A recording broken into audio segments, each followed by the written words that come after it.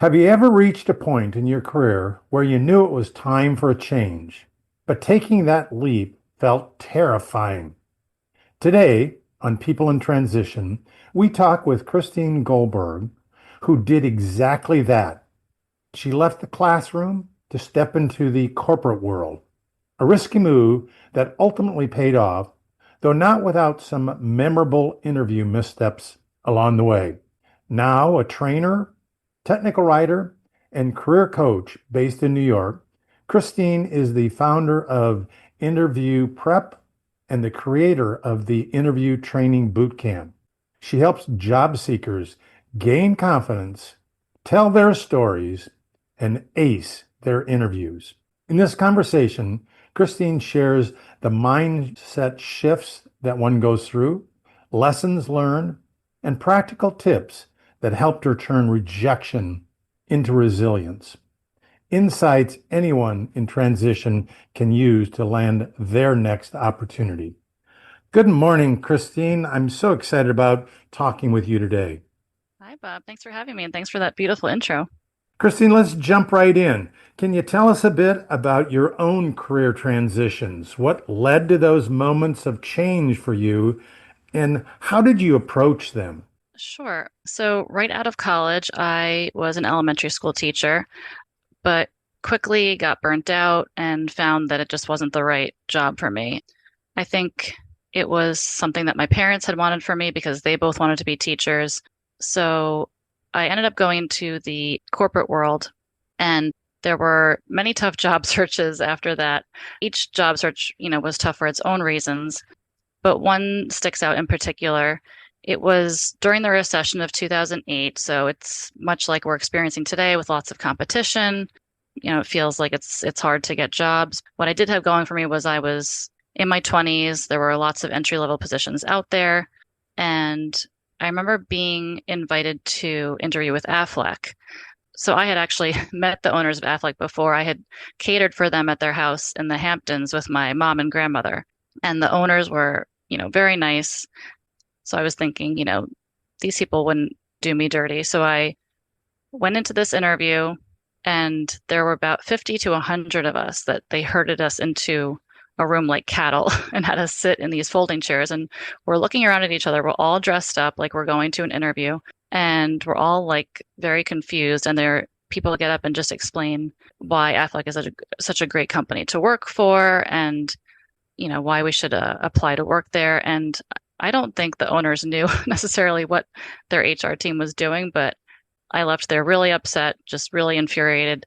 I think I might have handed someone my resume on the way out, and was thinking this is a new low point. But the good thing about this pain that you go through is it's temporary, and you learn and grow through these experiences. That's a really important lesson that the pain is temporary and that even in challenging situations, you can grow and develop. Absolutely. What was it like emotionally when you were searching for jobs and faced with rejection, with the disappointment? How did you mentally, emotionally keep up and keep going forward? Any tips, techniques that you'd share? I think leaning on people around you, like having a support team is really important, whether it's, friends, family, a therapist, career coach. Like, I feel like, don't be afraid to ask for help, because I learned so much from just people around me who recommended books and training courses and where to go for certain resources. And there's no way I'd be where I am today without all of those friends, family members, acquaintances. I also feel like I found a lot of inspiration on YouTube, surprisingly. When you spend that much time alone job searching, you look on the internet and you end up finding the inspiration that you need. So one person was Eric Thomas, also known as E.T., the hip hop preacher. And one of his mantras really stuck with me, and that was no excuses. During one of my job searches, I had a 6-month-old, and my older child was in daycare at the time. And so in my mind, I was like, oh, it's hard for me to find a job because I'm also taking care of a baby at home. And when I heard no excuses, I was like, okay, you know what? So I put pillows around her in the living room and kind of barricaded her in there in like a makeshift playpen. And she would just sit happily playing while I sat next to her at the dining room table and job searched for 3 or 4 hours a day. And that's how I got my job at a local medical device company here on Long Island, where I became a technical writer for the software for their instruction manuals. And then the other person that helped was Marissa Peer, who's a therapist.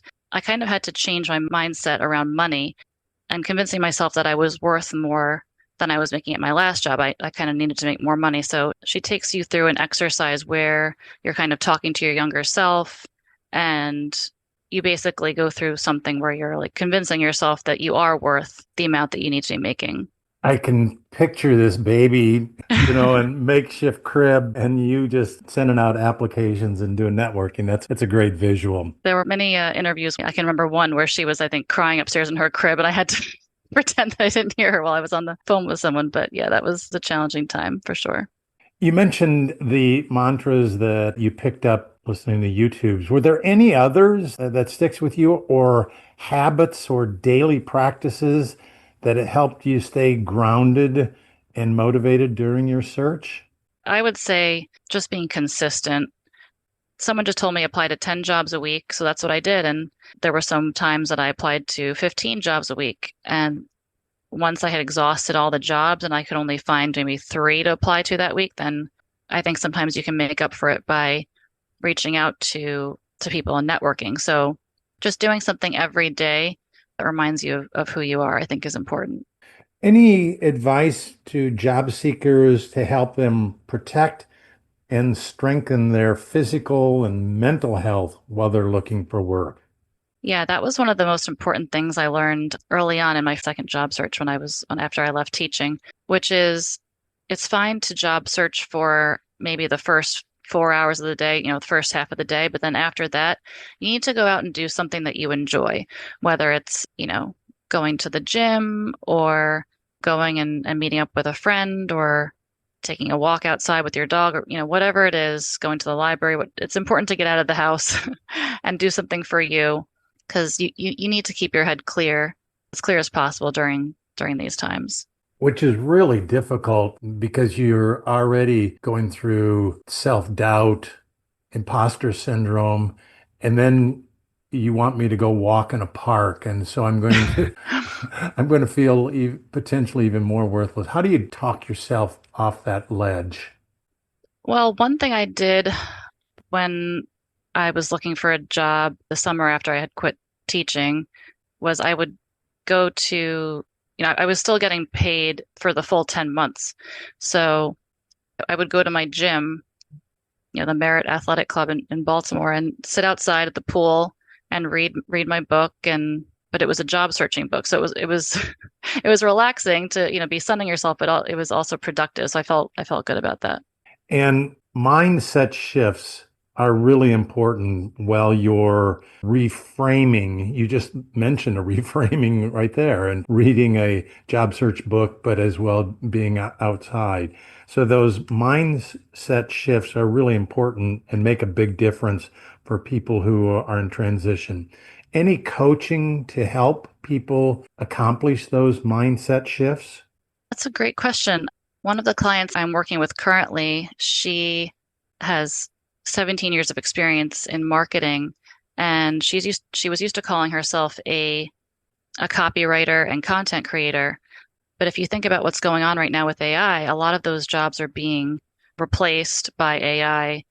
So there's a bunch of people looking for those same types of jobs. So it's really important, I think, to not worry so much about what the role is called, the job title itself, and just look for jobs that match your skill set and your experience because chances are you're going to have everything or at least most of what the job posting is looking for. And in that case, you should absolutely apply because that just gives you more chances to get a job that's a good fit for you. So I would say, cast your nets wide and just don't worry so much about what you're used to being called because then, you could be missing out on an opportunity. Christine, several times you landed your next great job, your next opportunity. What do you think made the difference each time, or was it the same thing that caused you to be successful in finding that job? I'd say it was something different almost every time. I got a job in educational publishing through a mutual friend who worked in publishing. Another time I found a job on LinkedIn. And my most recent job, I was contacted by a recruiter on LinkedIn. And I believe that was because I worked really hard at making sure my LinkedIn profile was the best that it could be. So I found two or three people who had my ideal job, the position I wanted. And I kind of took bits and pieces of what I liked about each of their profiles and obviously put only the skills that I had, but made sure that it was nice and neat, had all the keywords that someone would look for. And, thankfully someone contacted me and I think it was just a matter of preparation in that case, not just having the LinkedIn profile up to date, but I had also taken an interview course and read many books on interviewing because while that may come naturally to some people, I was never a good interviewer. I was always a little bit awkward, and that really made sure that I nailed the interview and was comfortable. They had me give a presentation, and I made it on how to make pancakes because that's something that I had been doing for my kids all the time. I kind of knew it by heart, so I was able to add some interesting information that wasn't necessarily on every slide in Google Slides. And also by having them let me pick my own topic, I knew that it wasn't just another company trying to get free work out of me. Like some companies say they need sample work, but it's just a lot of times a ruse just to get people to do free work for them. So, this was something that I felt good about, and I think I was confident, and I was also interviewing them because, trying to make sure it's the right fit. I think sometimes when you come across as too desperate, that's makes the interviewer a little hesitant. So you did a lot of studying, thinking about how to do well in the interviews. What's the two or three things that you would suggest our listeners remember to help them ace that interview? I would say make sure that you're not being too modest and that you're not rambling, that you know ahead of time what you're going to say, and also that you're answering in a clear, succinct way because it's something that doesn't come, like I said, doesn't come naturally to people. But once you know what you're going to say and know how to explain your value and your experience and your skills, it comes across as you're selling yourself naturally and you're not trying to be someone you're not. I think we've all probably had that experience in interviews of, trying to be someone that you're not. Another tip is when you answer the question, tell me about yourself, which is often the first question, or sometimes it's phrased, what's your background? Really make sure you research the job description ahead of time and phrase your answer in a way that is going to be relevant to the interviewer. So, what are the problems that they're trying to solve? What are the skills? What software would this person need to know? And how much experience does this person need? And what kind of, not just regular skills, but also soft skills would fit into that role. You hear about today people applying to dozens or even hundreds of jobs each week, but not getting any interviews. If this is one of your clients that's going through this process, what do you coach them? What do you tell them? You're absolutely right. Job searching has changed so much recently, and you hear about people applying to tons of jobs and not hearing back. I've heard that there's a lot of fake jobs out there. So you really have to be careful and make sure that you're applying to companies that you know are real. I think it's also important to make sure that your resume is AI friendly because they're saying that some templates it's not able to parse through it. And besides the resume and the applying to a bunch of different jobs, I would say make sure you're reaching out to people in your field that have the power to hire you. So whether it's calling a friend, emailing hiring managers, it's important to now more than ever to get the job, hopefully through someone you know, even though you can still get hired through a recruiter or through a job posting, but it's going to be a little more difficult that way. So if you're looking through your network, maybe you've reached out to a few people. You could also find if you have a good friend who you know wouldn't mind you asking. If you found someone in their network, you could ask for an introduction and say, hey, would you mind asking this person if I could grab coffee with them? And that's a great way to get yourself an informational interview and kind of get your foot in the door somewhere. You've written on the whole topic of interviewing and doing it effectively and have coached many, many people in it. What have you found, Christine, to be some of the common mistakes people make in the interviews, and how can they avoid those mistakes? So, like I said, try not to ramble and and don't be too modest because you have gifts that only you can give to the world. So you need to be proud of that and make sure that comes across to the interviewer.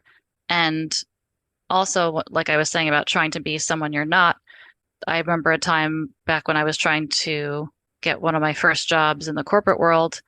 I'm pretty sure I got caught in a lie about trying to act like I knew a piece of software that I didn't know.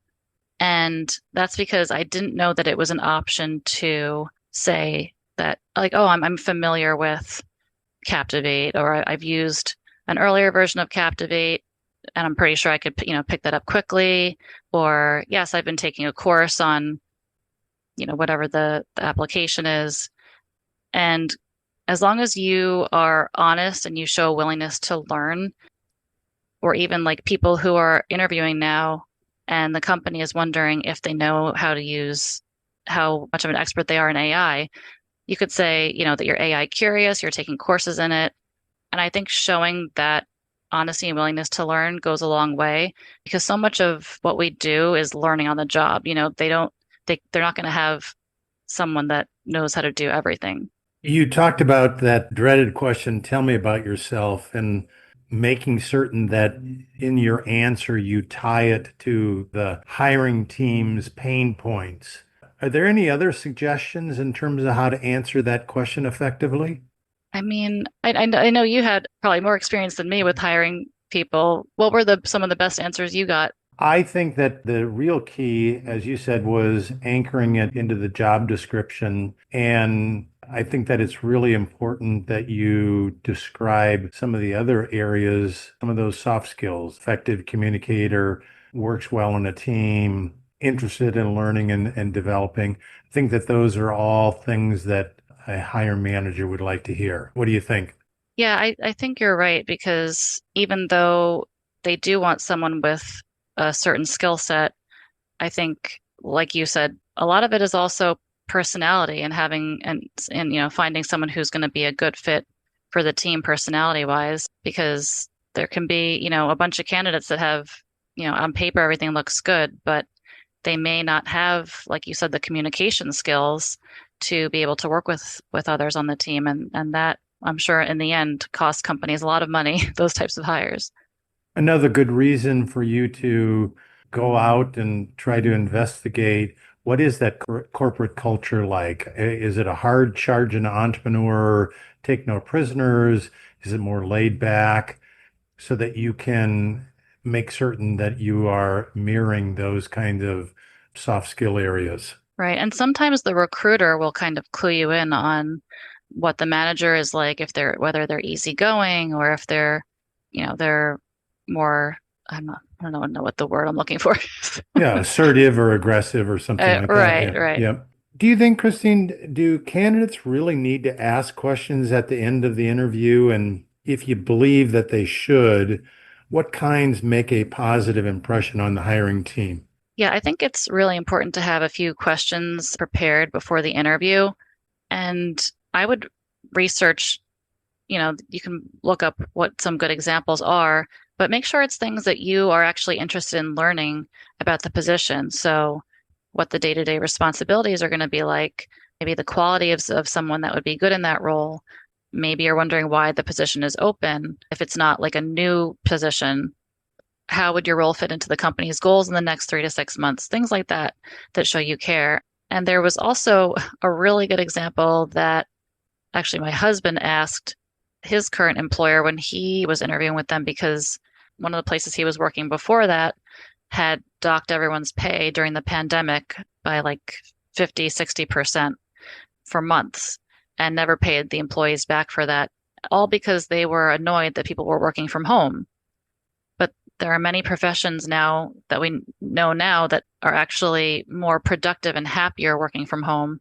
And it doesn't matter whether you're in the office or not. And you're saving all that commuting time anyway and getting more work done because you're not, spending an hour in the car. So he asked his current employer, how did you guys handle the pandemic?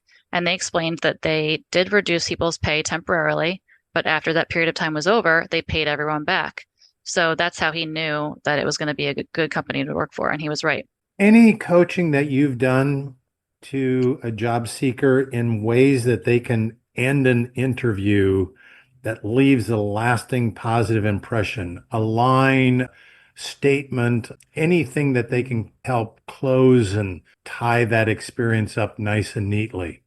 Sure. So this was a tip I learned from a recruiter, and they suggested that at the end of an interview, you say, thanks, I'm really excited. I think I could really do well in this role or something along those lines. Just, explaining that you're excited. Just make sure you're, showing that you're enthusiastic. And then you can ask something about what the timeline for the role is like, or, when might I be hearing from you again? Just so that you're kind of like keeping the lines of communication open. And I think that really shows them that you would be a good fit for that role and that you would be happy there. Which is really important because we're hearing more and more about companies ghosting candidates. And if you have some idea in terms of when to expect that, it would probably help you a great deal. Yeah, I can't believe how many people I'm hearing saying, how many clients are saying that how many times they've been ghosted recently. And I feel so bad. But, we've all experienced that job searching and you kind of just have to grow a thick skin and move on to the next job.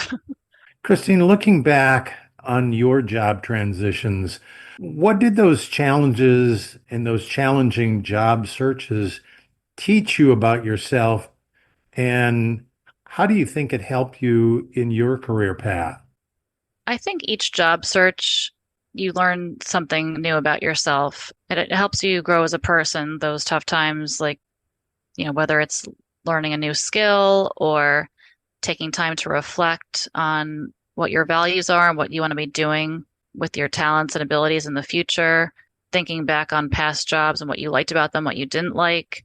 It really helps you find the next best opportunity for you because, maybe I have a friend who was in banking and then she hated that and then now she's a math teacher. So it's like we switched places. She went into education and then there's other people like me who are, more some of us are a little more introverted and we get too distracted in an office environment where there's lots of things going on and we get more done if we're able to just focus at home. So I think everyone's different and really taking that time to get to know yourself and what you're looking for in a role is important.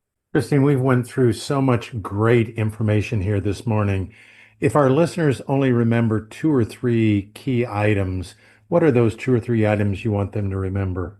So I always recommend reading What Color is Your Parachute to any job seeker or career changer. So I would say if this is one of your first job searches or you're going through a career change, please write that down. That's your homework for this week. It's called What Color is Your Parachute? And they usually come out with a new edition every year. They try to keep it up to date. So that's number one. And number two is just remember you're doing great. You're doing great because I know it's a lot of work, job searching, and it gets discouraging, but just keep trying different things and something's bound to work out. I hope today's conversation with Christine fired you up and gave you the push to take bold steps in your own career. You don't have to face challenges alone. Together, we can turn uncertainty into momentum and momentum into results. This is your time to lean in, to get clear on what you want, and go after it with confidence. If you're ready to make your next move, your best one yet, Christine or I would be honored to coach you through it. Let's start building that future you've been dreaming about. Your next chapter is waiting for you. So let's get going and make it happen. Christine, thank you so much for joining me today. Thanks so much for having me.